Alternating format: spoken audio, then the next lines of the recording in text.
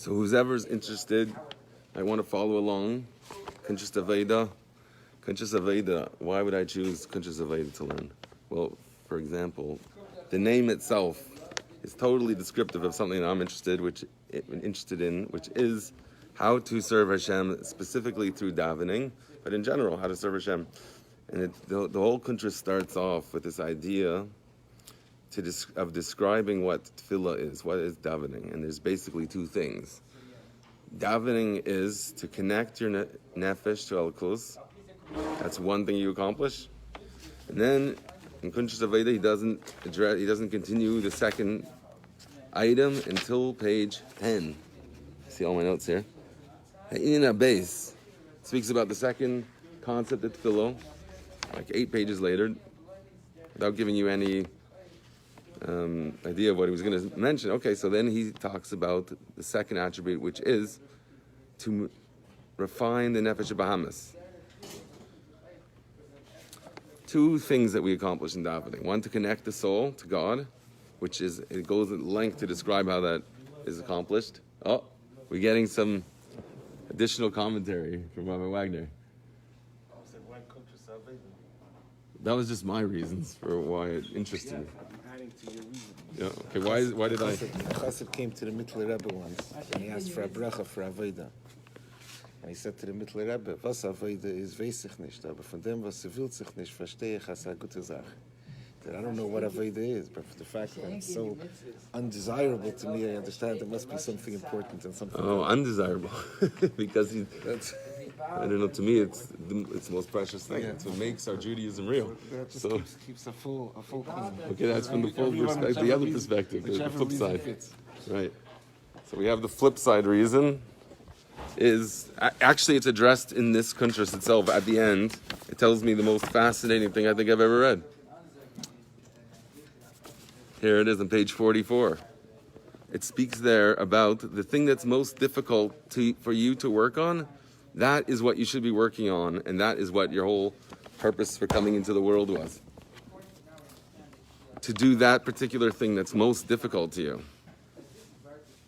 So Rabbi Wagner was just speaking about that, since people might recognize how difficult it is to approach God in a sincere way, and to have a hergish, because it says here, interestingly, right near the beginning, that the beginning of Aveda is having a hergish, to feel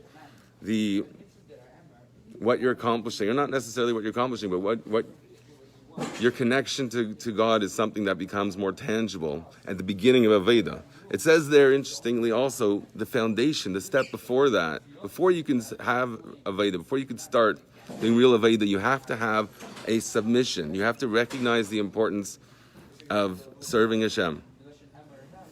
It describes it here in two interesting phrases. Kach ya'asa lahen,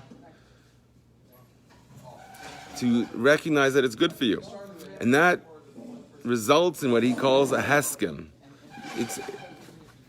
You have a resolve that that's going to be something that's important to you.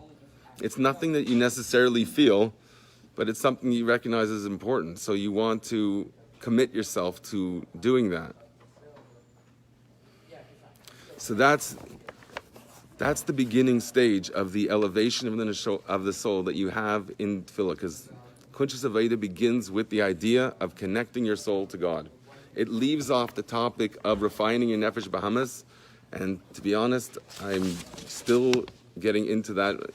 I'm learning a few times, but it's not as clear to me, as I haven't been through it as many times as the beginning section, which speaks about how the nefesh is raised, how your consciousness begins in the morning with submission. Of course, everyone knows Modeh Ani is the idea of a general submission to God. We say that's the first thing when we wake up. That's what we say. And that's our energy to serve God and dedicate our every moment to God through the whole day is like established in that moment. But it continues. It's a continuing thing that goes all the way to Psukah de Zimra, which starts at Baruch Shamar. And at Baruch Shamar, now you're supposed to be holding by the level of Ruach. Ruach is having an emotional response to something, not just saying I have to do it because I know it's good for me, but doing it because you enjoy doing it. It doesn't speak much about fear here. It calls it Techilul v'Rachimu. It mentions that phrase several times, but really it's describing Ava. And I think that when it talks about Dechilu v'Rachimu, Dechilu would be fear of God. When it's brought in this context, I don't think it really means fear of God, like the type of fear of God that brings you to do mitzvahs because you're afraid to rebel against God, as it were. But rather, it's much more akin to Ava itself.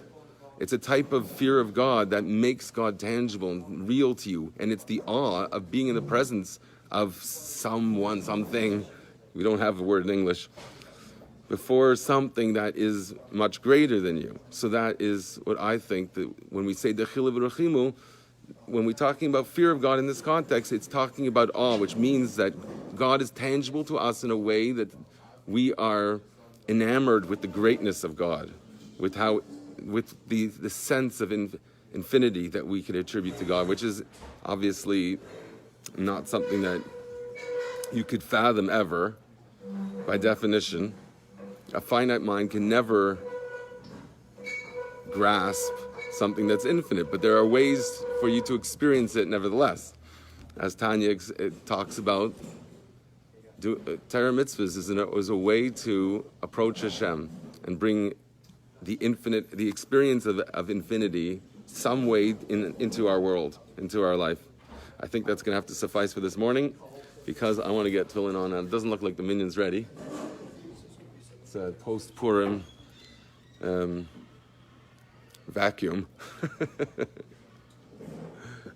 But Rabbi Wagner was, and he's here. Where's his loyal troops? Where is everybody? Anyways, bye-bye, everyone.